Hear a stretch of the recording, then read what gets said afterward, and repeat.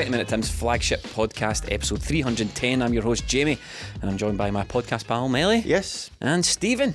That's right, Jamie. Oh, Stephen's getting a wee bit Hollywood. If you would like to further inflate Stephen's Hollywood ego, then you can help us by supporting us on Patreon, patreon.com/20 Minute Tims. There's a link everywhere. We've been doing Patreon now for a couple. How many years have we been doing the Patreon, Stephen? Over 4 now, I believe. Over 4 years, and over 1,000 people support us on Patreon. We've had great support, and if you'd like to join them and get extra content, you can do that. Patreon.com/20 Minute Tims. You can support us from £2.50 a month. You get extra podcasts, match reactions, previews, the whole shebang. You get it all over there on patreon.com, and there's a variety of ways you can support us at a variety of levels to whatever you're comfortable with. And also, if you just want to indulge in some match reactions, that's match reaction podcast to every match Celtic do this season. You can actually get that on Apple Podcasts now. They've introduced a new feature, and all you need to do is double click on the side of your phone for Apple Pay. You subscribe right in your iTunes feed or right in your Apple Podcast feed. That is £2.50. Now we've got that out of the way, Stephen. Yeah. The housework out of the way. Light work, that was. Yeah. Not as light as beating Kilmarnock 5-0 though. No, and I noted that you said there were, quite rightly, there's well over 1,000 people supporting us on Patreon. That number of people can't possibly be wrong, and Kilmarnock would kill for that level of support. Oh my God. In one of their stands. Melee. Should we begin this episode with another rant? People quite liked that last week. Not that it's planned, but it is on the agenda. It's just further down the agenda, but since you mentioned it. Some liked it, some liked it, others not so much. Melee, you were at the match, and I think everyone that watched the game, including yourself who was there, were commenting on the state of these stands. Yeah, it's unfortunate again being at the game and seeing the clamour for tickets before you get to the stadium. The clamour as soon as you get off, the amount of people holding up money. People want to go and watch the football. You get there, Celtic have a stand. I think it's about 4,000 or 5,000 in that stand. The whole stadium had less than 10,000 there, so half of the actual attendance was in Celtic stand. And when you look to my left, there was loads of seats. Straight ahead in the stand across, Kilmarnock actually have a standing section, and I was trying to count. There was about 4 or 5 rows of this. 25 people in total stood in that. Very safe standing in it. It's very safe standing. It kind of plays into what we were saying last week, Stephen, a wee bit, and it plays into the pre-match comments from Rory McKenzie, where you're saying, just play a bit of football now. We don't need to tread that old road again. We've discussed it at length now. But you kind of feel that if these teams went with a slightly more positive approach to the game, there's no conceivable way for me that Kilmarnock would have ended up any worse off than 5-0. You might end up 6-0 or 7-0, but it's really it's no worse. But if you played a bit of football, local fans would be encouraged to attend the game. If you brought a bit of pizzazz and gave them something to watch and fixed that disaster of a plastic pitch, it all kind of plays into it. We made some comments, or I made some comments, backed up, egged on by you two last week. They went over a storm on the various social medias after we said them. But my overall point about this was not that I think Kilmarnock can go out and beat Celtic, right? But it was that the approach is kind of wearisome, to be honest now. And after we recorded that podcast, many people disagreed with me, which is fine, which is, a lot of people are wrong. But after we did that, Rory McKenzie came out and said that, I've got the quote here. He said, we will set up to stop them playing, we'll make fouls, we'll slow it down, then we'll try and play when we get the ball. We don't want a free-flowing spectacle. It was God forbid. God forbid. That was a free-flowing spectacle in the end. Yeah. Look, the proof was in the pudding, or the proof of the pudding was in the eating. Celtic went out and absolutely smashed them, despite the fact their literal intention was not to happen, rather. And it doesn't work. And I was merely speculating on the fact, or on the idea maybe, that teams could try and win games rather than try not to lose. That it's fine. It's been put to me. I'm just one of these kind of ignorant Celtic fans who think I was sitting here in my ivory tower on the top of the league, looking down on the Rangers and everyone else, thinking like we know it all and all that. But I'm only talking about games that are Celtic versus these teams. I concede that, right? I know that Kilmarnock might not set up the same way against any other team, but we have to admit here, these are the games that are more likely to be televised. They just are. Celtic and Rangers separately are the two biggest draws. They're more likely to be on TV. And that was kind of my overall point, that it's a bit crap for that to be on TV, for teams to be coming out and deliberately saying that their intention is to spoil the game. There's nothing wrong at all with being a counter-attacking team who realise going into a game that they're likely to concede the bulk of the possession. There's nothing wrong with that, as long as that is your intention.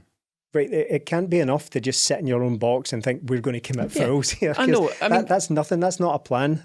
If your plan is to soak up pressure and hit on the break and try and win the game, I've got absolutely no issue with that at all. But if you're coming out and saying we don't really know what to do past committing fouls, and that's why these teams go 1-0 down after 6 minutes and then completely capitulate. They've not trained for anything else. That is why I think I seen it was nearly at the 70% mark, but a certain Man United had nearly 70% possession at the weekend and get scalped off 4-0 off a team who have got little resources compared to them, so these things can happen. And it's the same from Kilmarnock, and we know it from, I think Derek McInnes is slowly but surely taking over Mark McGee and the King Jobber. Another cake the bed performance from him. Someone especially requested return a cake the bed, I heard.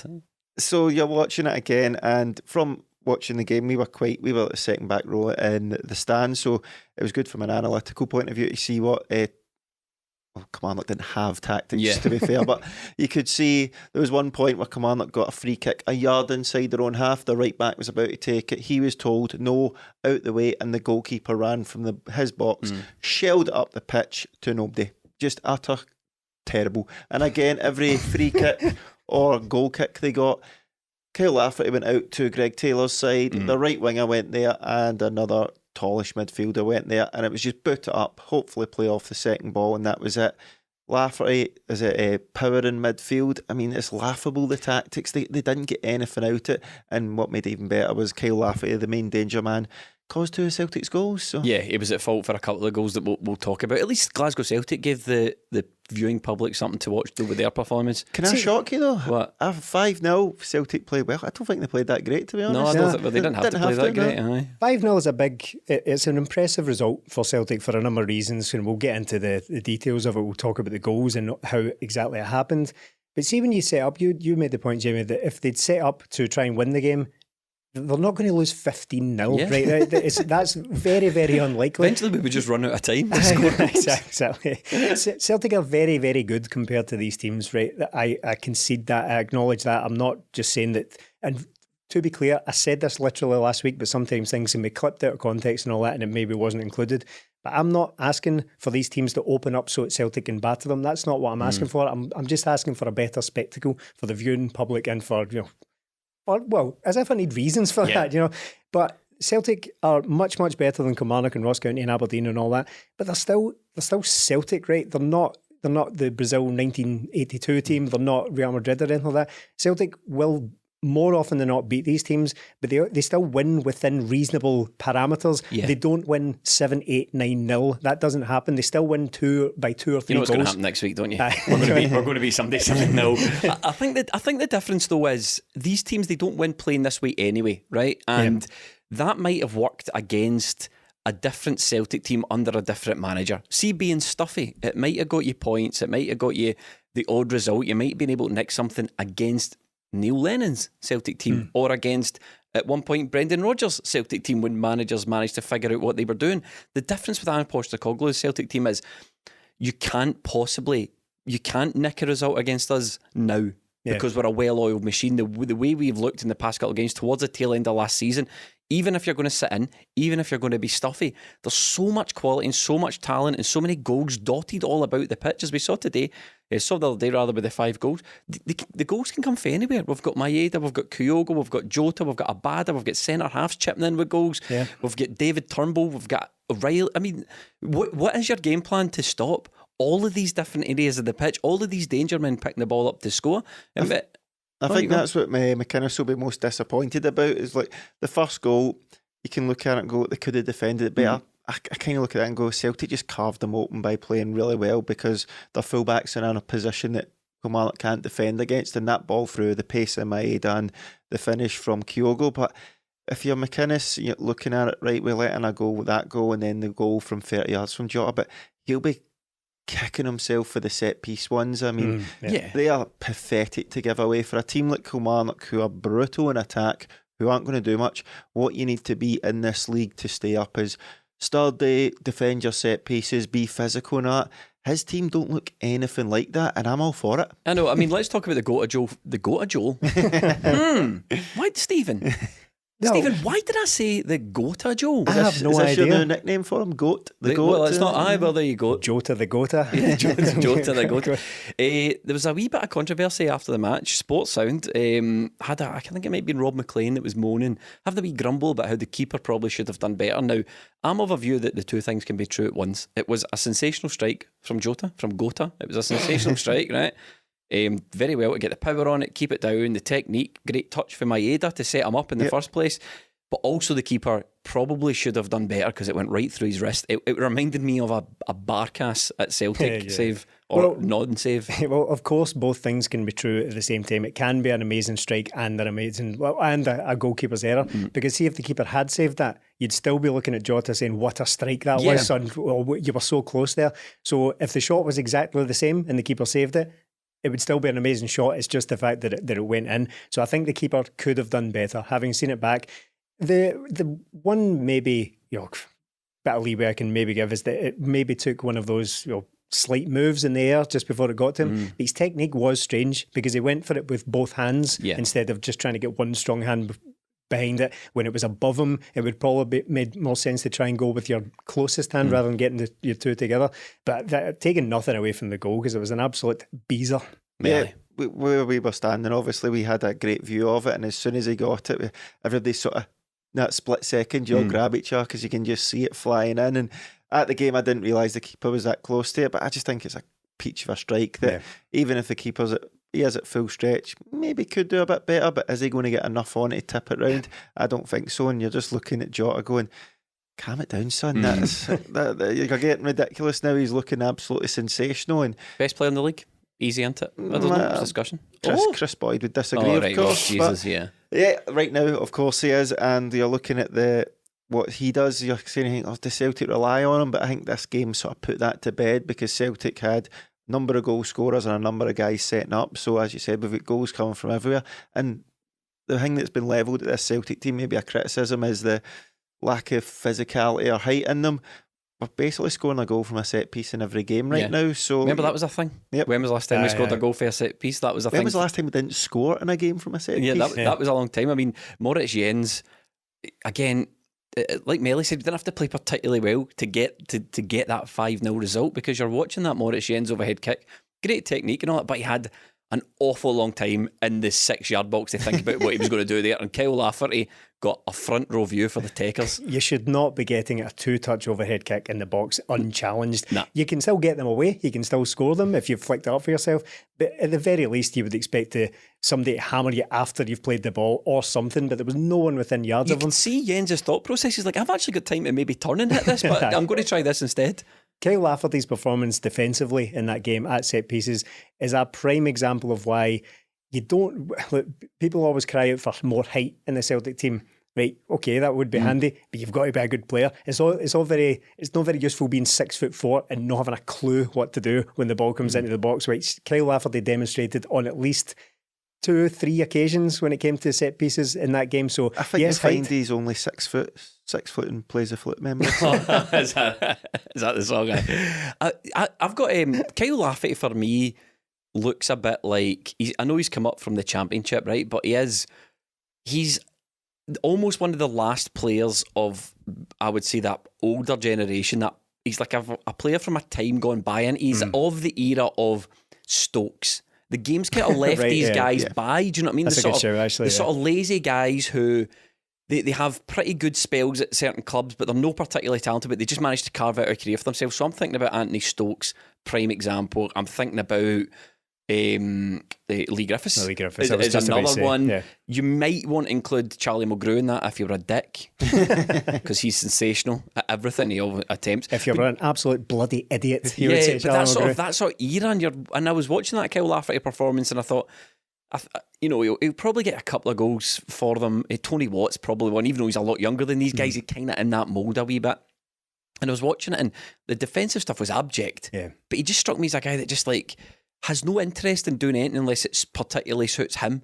And you think you can't really get away with being that sort of player for a top club anymore. No, you can't. Kilmarnock aren't a top club, but you're watching him. He's a dinosaur, kind of. And it's these kind of guys you can sort of tell with them. A lot of those guys you have mentioned who maybe they only find a place in Scotland a lot of the time as well. Well, yeah. Thanks for killing my point. Oh, was that what you're about to say? Revenge is sweet for you, innit? It's these sort of guys that you sort of see coming through and do well in Scotland, and you think, before you're 30 or into your 30s, you'll be back playing in Scotland, because I don't think anyone else with any substance would want a guy like that, because he offers nothing apart from being tall. He has scored against Celtic in the past, but that was a long time ago, and just watching his performance, because you're sort of fixated on him because of who he used to play for and all that, and any mistake he made, you're right on top of it. But he offers nothing but being a big battering ram up there. And diving as well. Yeah. Oh my God. I stopped counting the first half at 4. Just collapsing to the deck at every opportunity. He had a couple of wee things with Jens as well, where he left one on him early on, but of course the referee didn't do anything. They called that a tangle on Sky. They go, I spotted a thing as well. Sorry to interrupt, but you've reminded me of it.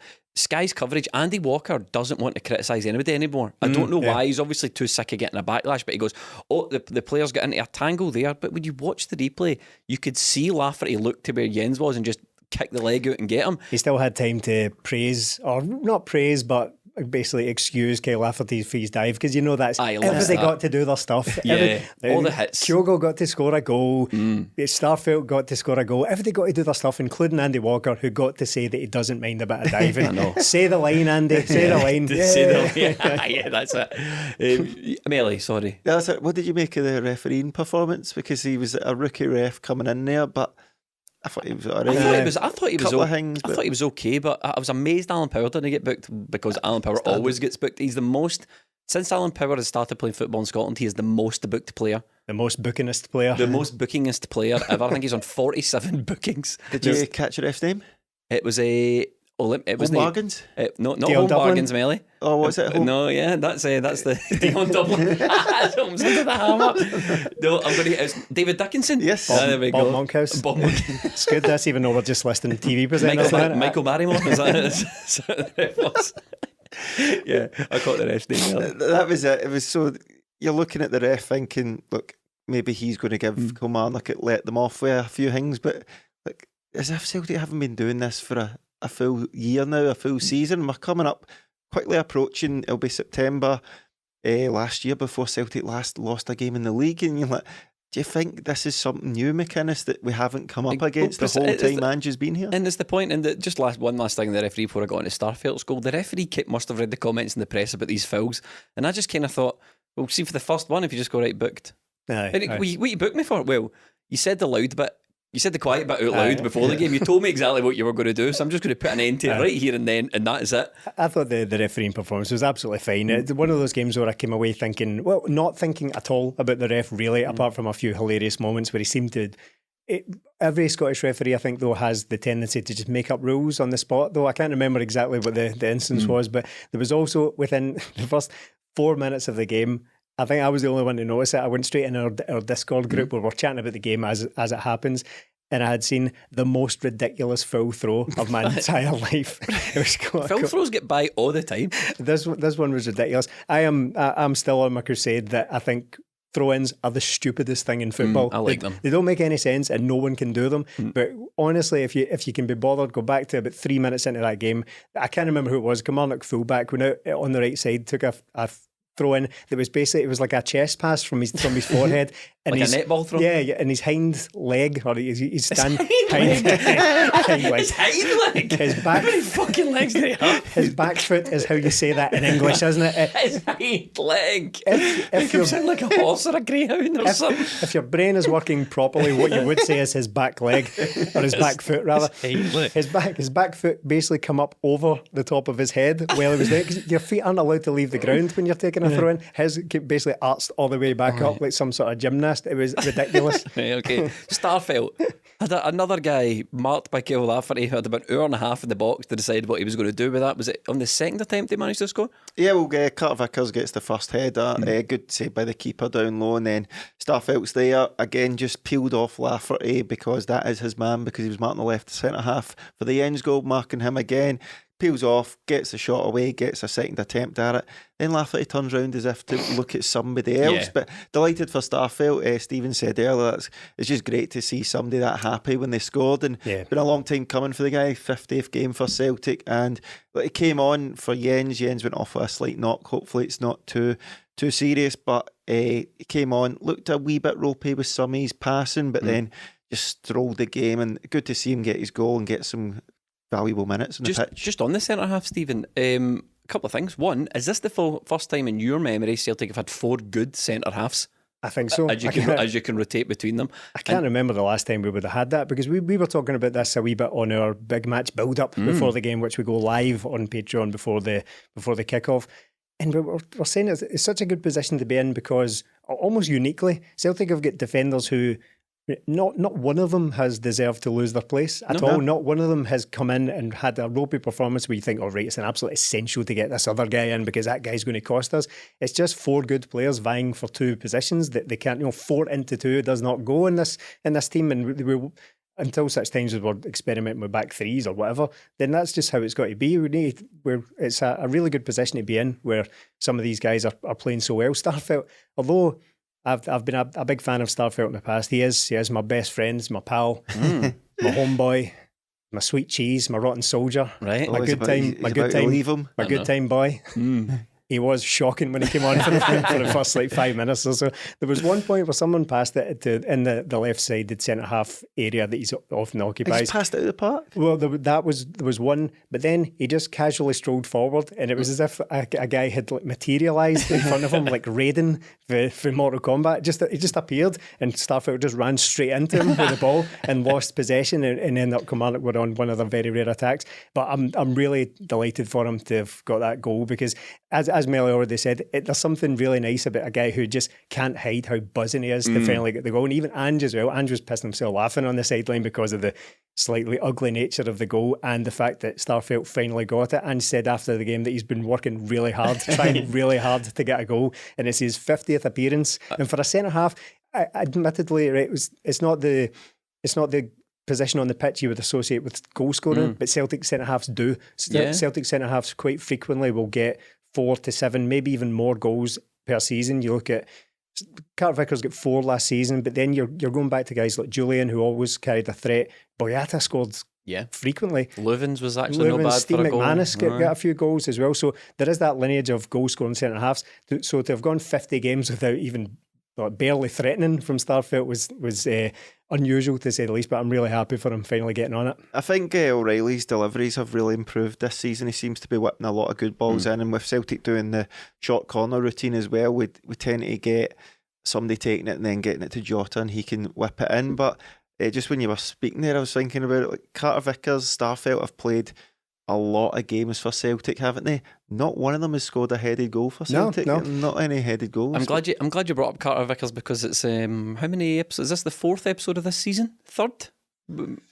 Fourth probably, yeah. And we've not mentioned Carter-Vickers yet. And I just want to say that just watching him in that Kilmarnock game, admittedly didn't have a lot to deal with, but he sees the game in slow motion. Nothing I have seen since the guy walked in the door, I have not seen one thing domestically faze him at all. No. Nothing. He just breezes right through these games. And it's just great. He's great to watch, because the biggest compliment we can probably pay him is that we don't have to talk about him, because Celtic don't concede chances, and he's a huge, huge part of that.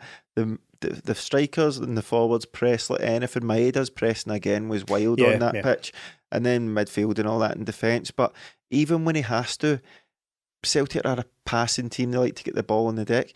There was one time in the first half where he just put it out the side and then got back into position. I was like, that's exactly what you want. He's not overcomplicating anything. He's just a really good player in there, another one who his performances are steadily just 7, 8 out of 10 every week. I'm just hoping that people don't start to take notice of him, because he's just great. We've got him in a big fat contract though, don't we? If you haven't heard already, it is Smooth Sack Summer. When you're playing in the summer sun, make sure you're scaped from pubes to bum. This is the ad copy we are given. That's right, this is the summer to keep your balls cool while still looking hot with Manscaped. The leader in below the belt grooming is making sure we have a ball this summer by giving our pants partners everything they need to stay fresh. Dive head first into Smooth Sack Summer by going to manscaped.com for 20% off and free shipping with our code TIMS. The Manscaped Performance Package 4.0 has everything you need to prepare that summer bod. Inside this package, you'll find the Lawnmower 4.0 trimmer, the Weed Whacker ear and nose hair trimmer, Crop Preserver ball deodorant, Crop Reviver toner, performance boxer briefs, and a travel bag to keep all your goodies in. Stephen, it's 2022.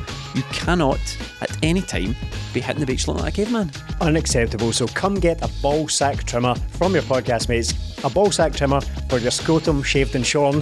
Right. That's manscaped.com/Tims for 20% off. And thank you to Manscaped for sponsoring this podcast. Greg Taylor. We have been talking about the guy every week in comparison, and without going over the old ground, Greg Taylor, we love you. His performances have been sensational. That was another sensational performance, merited by the Man of the Match award. I feel like Greg Taylor's been building up to a Man of the Match award. I feel like Greg Taylor's building up to, Player of the Month award, but there's just so many good players in that Celtic team. It's probably unlikely that he would ever get there, but he's definitely been building up to that sort of recognition. You could see he was buzzing about it after the game. No, well, I don't think it's any exaggeration to say he's been one of Celtic's best players recently. In the last, we played 3 games this season, and Greg Taylor, in my opinion, has been it is pivotal. warm in here. I think that's why we're making so many mistakes. That's actually his middle name. Yeah, Greg Pivotal That's Taylor. all right. Yeah. I was blaming the heat. He's got his trousers. He's done that thing where he just pulls his trousers down to his knees. It's the Ace Ventura 2 and the Rhino. We're just squeezing out of here. Lets his thighs breathe. Greg Taylor has been pivotal in each one of them, and that it culminated in a thoroughly deserved Man of the Match performance. And it wasn't one of those Man of the Matches that we dish out at home where it's just a new guy that we quite fancy, like giving a Man of the Match. That was a proper, Celtic won 5-0. Greg Taylor didn't score any of the goals. Should have scored. He had an opportunity to take the shot. Didn't fancy his right foot. I think he was. He on his left as well, though. So didn't score any of the goals. Wasn't the final pass in any of them, although he did set up Maeda to cut back for Kyogo for the first one. Wasn't directly involved in any of the goals in terms of assists, and was still the best player on the park.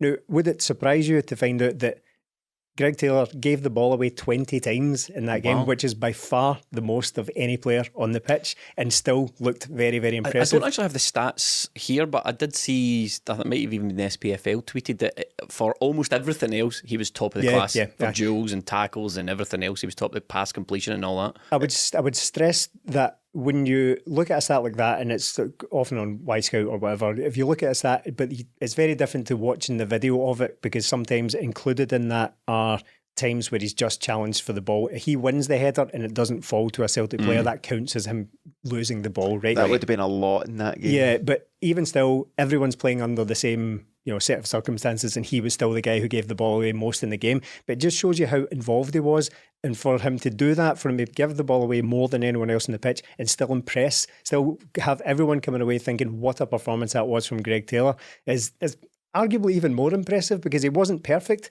but what he did really, really counted in the game.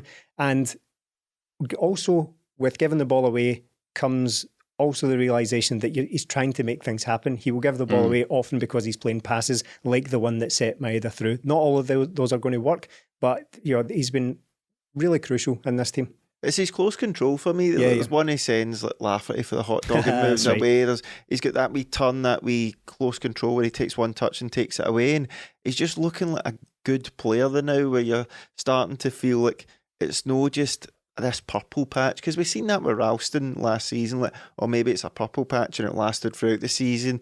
You can maybe think back to the Bodo game, which is brought up if you're thinking about Greg Taylor, but apart from that, you never see him have a terrible game. We always seem to think we can improve upon him, but we've brought somebody in and it's improved Greg Taylor rather than the other way about. So I love watching him play now, because he is so involved and seems to be a popular guy about there. But it's just not even that. It's like the pass inside for Maeda at the game, I didn't appreciate how far back he was.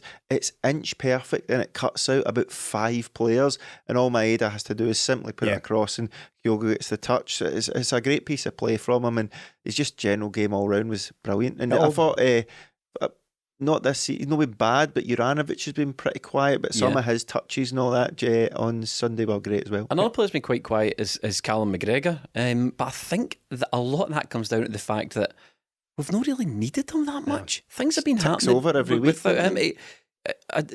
Kilmarnock were letting our centre backs have the ball, then trying to sort of press. I think they were using Donnelly and Power to press it when it came into midfield. But the amount of times Callum McGregor just took the ball and spun away for the guy, moved into a wee bit of space and played the ball on. He's as I say, he's always.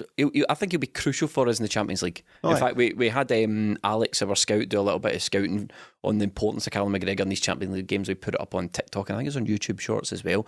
And I think Callum McGregor's going to be absolutely critical for us in the Champions League against the big teams in the more difficult games. But in these last couple of weeks, at the start of the season, the guy's had the cigar out.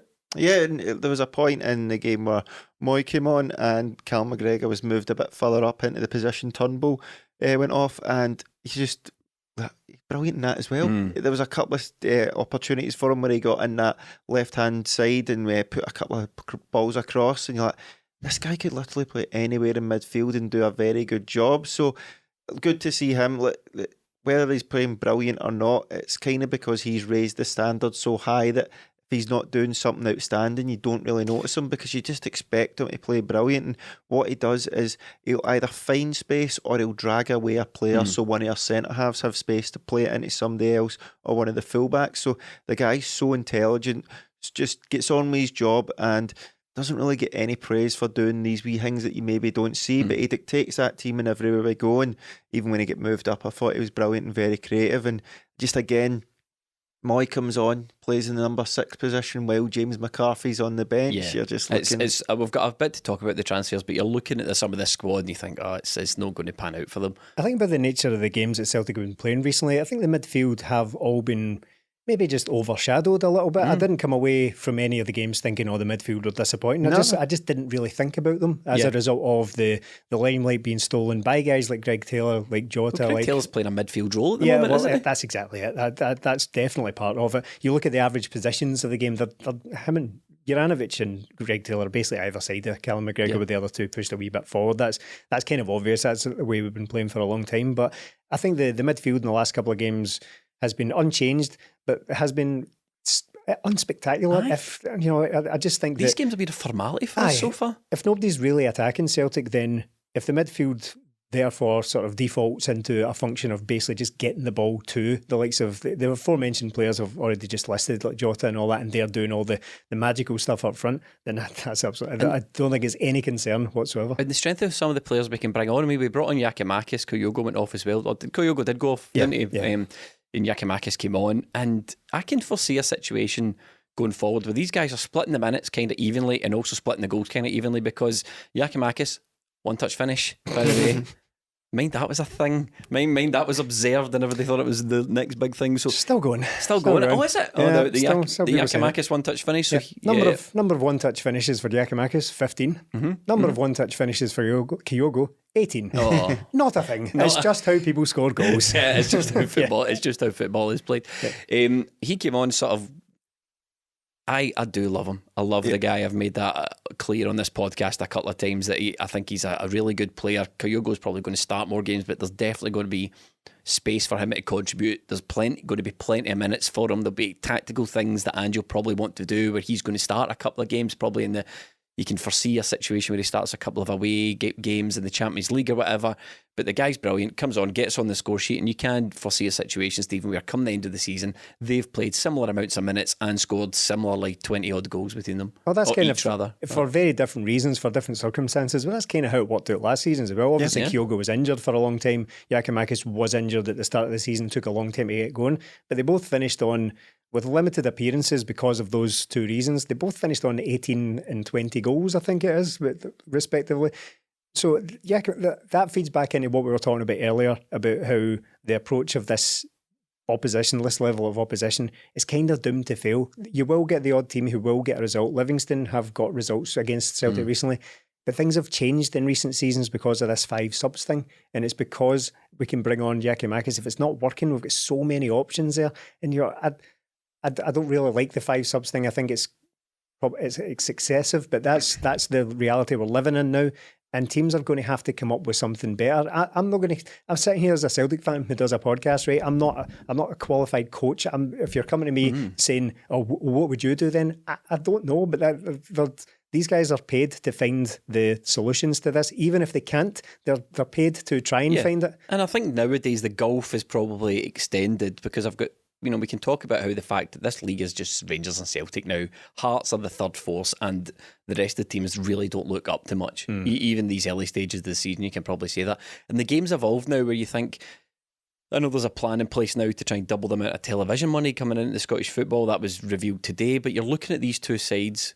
They're so much better than everyone else, really, with maybe the exception of Hearts and the result. You need to come up with a new way to play against them. I don't want to tread over all ground. We kind of picked that up. But even McKenzie's comments after the game, he goes, it wasn't Celtic's quality that beat us today. It's insinuating it was mistakes he made. And I'm like, right, aye, but still 5 goals. It was still 5 goals in it. You can bring yourself to praise the opposition ever so slightly. That doesn't work, I'm afraid. Right, you can't have it both ways. You can't be literally out there. And I know it wasn't him who literally said it was Rory McKenzie, but that doesn't matter. That's come from the manager. If Rory McKenzie's out there shooting his mouth off about the game plan, that has come from Derek McInnes. Or if Derek McInnes didn't say that, then he wouldn't have picked Rory McKenzie for that game, and they went out and did exactly, coincidentally went out and did exactly what they said they'd do. You can't have it that way. You can't have, right, we're going to set up to do this. We're going to set up. That completely, demonstrably fails in the first half. You're 3-0 down at half time. Your plan is falling apart, and you can't sit there and say, oh, well, Celtic weren't actually that good. Anyway, it was our plan that completely failed. Well, you better say that then. You better take some responsibility for that game plan, which was a complete flop. Get a new plan book. and if that's the case, fine, Derek, that is the case. But as you said, 3-0 down at half time, and the first 2 goals were great pieces of brilliance from Celtic. There weren't any mistakes made by Kilmarnock. The ball through from Taylor is inch perfect, and the second goal by Jota picks up 30 yards out and spanks it in. What mistake was made there? Well, I think what happened is, and we could all do this, Stephen, you said you're not a qualified coach, but you could certainly pick 11 guys, go out and play against Celtic, get spanked 5-0 and come out and go say aye, but see all those 5 goals? I had a plan to stop all those 5 goals, and had my players carried it out, we wouldn't have conceded any. So it really wasn't you guys that were so good, it was my players' fault. Derek, I don't know a manager who's played Celtic so much but gets so little results against them. He must have the worst win percentage against Celtic in history. Been there, done it. Experience. We've got Hearts next, don't we? Yes. Hearts at home. The transfer window slams shut, as it always does, in 2 weeks' time.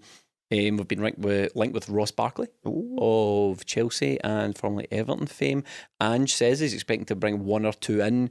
He says he's expecting it to be a hectic end to the transfer window. How excited would you be, Melly, if we managed to get 2 more players in? Very excited. If ideally I'd want a winger, and if Ross Barkley is available, it's a no-brainer for me. I think he'd be a piece of quality. There's the usual chat, whose place would he take? Well, I did make that. It was me that made that point as well, because why I brought it up. Yeah, all right, okay. Here we go, a wee bit of needle on the podcast, right? So you see, tell me, go. Whose place he takes? Aye. Anyone in the midfielder, because he's Callum probably McGregor's better than him. So he takes Callum McGregor. He doesn't play there, so. Oh, so who are you talking about? Turnbull, O'Reilly? I would probably say McGregor, O'Reilly and Barkley easily would be ahead of Turnbull and Hatate. I just think he's a bit of quality. You can label him Aaron Ramsey or whatever. I don't think there's any foundation for that. I think he's a very good player, and a guy that when I saw it linked, I thought Celtic don't have a chance of him. But looking into it a bit more, if he has been made an offer by Celtic, 28 now, look, he can go to another Premier League team, but is he going to play? And for this guy who had a lot of talent for a young age, he's now 28 and he's barely played 30 games a season. Well, that's the key, and that's why there's a bit of nervousness from my part, Stephen, about the Ross Barkley thing as well, because you can look at the guy and go, oh, he's a quality player, Everton, Chelsea, was the next big thing at Everton, moved to Chelsea, it's not really worked out for him. And you think to yourself, right, but what he represents for Celtic is strengthening in a position where we don't necessarily need it. You know what I mean? Because we've got good players there anyway. I know you can always get better players, and if the opportunity to get a better player comes in. One, he's not a player that's played consistently for a long time, but he also doesn't fall into the age bracket of, say, a Joe Hart, who's a bit past it and a bit old. So he's kind of in his peak, not playing football, getting paid a lot of money, and we need to revitalise something within Ross Barkley. Well, it wouldn't be the first time Celtic have done that. Celtic have a huge success from stuff exactly that in the past. I mean, Sinclair was this age, wasn't he? Yeah. Sinclair would have been about the same age. And we need him out. It is Chelsea. Chelsea have got an enormous squad where they can just go out and buy, arguably the best players in the world. They were in a Champions League final not so long ago. They won the Champions League 10 years ago. You can understand why there's a nervousness of it. It's not a no-brainer. Had Celtic been linked with, I don't know, some player down south who was playing regularly for a lower league Premier League team, he was linked with other teams higher up the table and Celtic, you'd be going, we need to try and push the boat out to get this guy because he's going to be a quality player as the next big thing. With Ross Barkley, you're looking at it going, well, he was the next best thing at one point and he's not really fulfilled his potential, or as Melly said, played a lot of football. Well, I think he's been inconsistently quite good for Chelsea. I think he's done it on occasion. He had a wee bit of a resurgence and then fell away again, but they change manager every season, basically, Chelsea, so it's very difficult to retain any kind of consistency once that other guy brings their own players in or whatever. So look, there might be absolutely nothing in the Ross Barkley thing at all, and a lot of reasons make it not make sense, because he will be on an awful lot of money. You'd think he would probably, if he could get a move from Chelsea, you could probably think he'd just hang around in the Premier League and get a move to, I don't know, Fulham or something. That's another thing, is there's a bit of a, sorry to jump in, but there is a bit of an insecurity about why are you at Celtic? Aye, how you ended up here? But did we not do that with Joe Hart as well? I know they're different ages, but we did the exact same thing. He came for the right reasons, and I feel like I dismay at some of the reaction to being linked to Ross Barkley, because you get the usual people just can't see logic just via the chip on their shoulder, and it's just all this arrogant. I can't see any basis to label a guy like that or arrogant. He's coming up here for a holiday, a big time Charlie and all that. But I feel like people learn absolutely nothing, and it's like, you can compare him. Melly just said you can compare him to Aaron Ramsey, but what makes him more likely to be Aaron Ramsey than, say, Scott Sinclair or Joe Hart or Cameron Carter-Vickers or any of the dozens and dozens of players that we've had from England? I've seen the Aaron Ramsey thing a lot. It doesn't wash. There's no comparison. Aaron Ramsey was a complete injury crock. Yeah, do you know what I mean? And his current club were screaming to get rid of the guy. They couldn't wait to get the guy out the door. That was a red flag waiting to happen. It's slightly different here. Yeah, I mean, this could be rubbish tomorrow and we've spent too much time talking about Ross Barkley, but I thought it was maybe worth mentioning because it's lingering. It is lingering. Yeah, because of the slightly confusing to me reaction to it out there. I think if Ross Barkley is willing to come to Celtic, if he's genuinely available, if he's anything like the player he has been in the past, if he's available at a reasonable cost, I think you'd do that deal, to be honest. I don't think it's the reasonable cost thing as well, isn't it? Well, that would be up to the club. They're not going to go out there and give a guy 80 grand a week. That won't happen. We're not going to send ourselves into liquidation or anything like that just to sign Ross Barkley. It would have to be reasonable, of course. But as far as if all those boxes are ticked, do the deal and worry about whose place he would take in the so it's a no-brainer for you? Aye, absolutely. Absolute no-brainer. Melly? Yeah, well, if you're looking at him, he's getting kept out by Kovacic and then Kante, World Cup winner, Jorginho, Euros winner, that Loftus-Cheek's a good player as well. They've got plenty of options in there, Chelsea. He's just no simply going to play. But if you're saying to me, do I go and get him? I would, because I think he's that bit of, maybe that wee bit of magic we kind of lack in there. I think all our central midfielders play a bit further forward than McGregor are all industrious, but they don't have that creative spark maybe that might have been missing from Rogic. They're all good players, but this guy could maybe take us to the next level. And you're saying, like, he's 28, why is he ending up at Celtic? But he's coming from Chelsea. Like, where do you... I suppose my point is that that's not his only two options. Do you know what I mean? His options are come to Celtic and he ends up taking much less money than's probably available elsewhere, or if that money's not available elsewhere, why are these other clubs not touching him? That's I suppose, don't think the Joe Hart thing for me is different, because Joe Hart was at the end of his career. He was more or less outcast at the club he was at. He was told, go find somewhere else, you're never going to play for me again. And Joe Hart's a goalkeeper, different position, you play a lot, so it's slightly different. Me, Ross Barkley to me is still a name, he's still a player I remember with a big reputation from Everton. And I'm looking at that going, if you end up at Celtic, it seems to me like your agents phoned around teams at the top end of the Premier League and they've said no, the middle of the Premier League said no, the teams at the bottom end of the Premier League and they've maybe said no and you've said no, so Celtic are maybe third or fourth choice on your agent's list. How come you in particular has ended up in here? Unless I have no problem with that, but I don't see Celtic being able to compete with any Premier League team for a player. That's my only nervousness about it, the fact that he's still a player of some cachet, some calibre, and you think, well, what's gone wrong so far? It's a common criticism thrown at players who leave Celtic. Right, so Edward, Christie, Ayer, what are you going down there for when you could stay here and win trophies and play in front of 60,000? You could compete, try and get into Europe and all that. Play rugby park. So why are you leaving to go to England and giving up all that stuff? Meanwhile, we potentially have a guy who wants to do the reverse. Maybe he's got those things in mind and we're going, would you want to come here for? To be fair to me though, I don't say those things. No, and when people do say those things, I say nobody's going to come up here for 6 games in the Champions League and when they could secure. The answer might be he's a bit personality-wise not so much football status wise, but personality wise, maybe he's beginning to feel a bit like Joe Hart, a bit like a player without a club. He's never had a home, really, has he? He's left Everton at an early age. He was on 60 grand a week at Everton. He kind of did the dirty on them a wee bit with the Chelsea move, stayed while he was injured. I think Chelsea had I read this today, Chelsea had a bid accepted in the January for 35 million. He then subsequently got injured. It was crocked. Then when he was fit again, Chelsea came back in for him. Meanwhile, his contract had another year down. He'd entered the last 6 months of his contract and they nipped him for like 15 million. So there was a bit of bad blood there. He went to Chelsea. Do you want him to do about that? What? What do you want him to do about that? No, I'm just saying that's the Everton fans were pissed off about it. Football fans, eh? If we are looking at it as well, Celtic are going into the Champions League and our Champions League ready players. This is about the most Champions League ready player we could probably go for. Sorry, just before we get too far away from it, the reason I brought that up was because it indicated at that point he was on like 60 grand a week at Everton and he ended up getting 80 or 90 grand a week, if it was at Chelsea. So he's made mega bucks. He's probably financially secure, which is one thing he's maybe no thinking about his next wage packet. Yeah, he's still 28. He's nowhere near the end of his career if injuries keep him going. And if a guy like that can come to Celtic in the peak of his career, sort of revitalise himself a bit. And I think the thing with a lot of these players that get to this point as well, like, he's never had a time where he's been the man at a team where he's been consistently playing every week and got somewhere. He could get that at Celtic. He could get recognition and trophies. He has won trophies, and I just think it'd be brilliant. I'd love him to sign. I don't see it. I think it would be down his list of teams, but if Celtic can get it done, I'd be absolutely delighted. We don't usually do frivolous transfer rumours on this podcast, but this Ross Barkley one has hung about for a wee while, and a lot of sources, even sources down south that report on Chelsea, are saying that he's going to offer for Celtic. Yeah, as I say, it could be completely rubbish by the time we've spoken about this, but it's in a way it's kind of broader than just Ross Barkley, because we've covered a lot of subjects there, including the type of player that people often cry out for, but not that guy. As long as it's not that guy, we want somebody who ticks all those boxes, but definitely not that guy. So I think it's worth talking about, even if there's absolutely nothing in it. It would be a departure for this summer because it would identify a new player coming in, with the exception of Carter-Vickers and Jota, who would probably be considered a first team player, that would come right into the first team and take somebody's place. That's not really happened yet, unless Jens ends up taking Starfelt's place. Replaces James McCarthy. Aye, on the bench, takes his place on the bench. I think we've got to get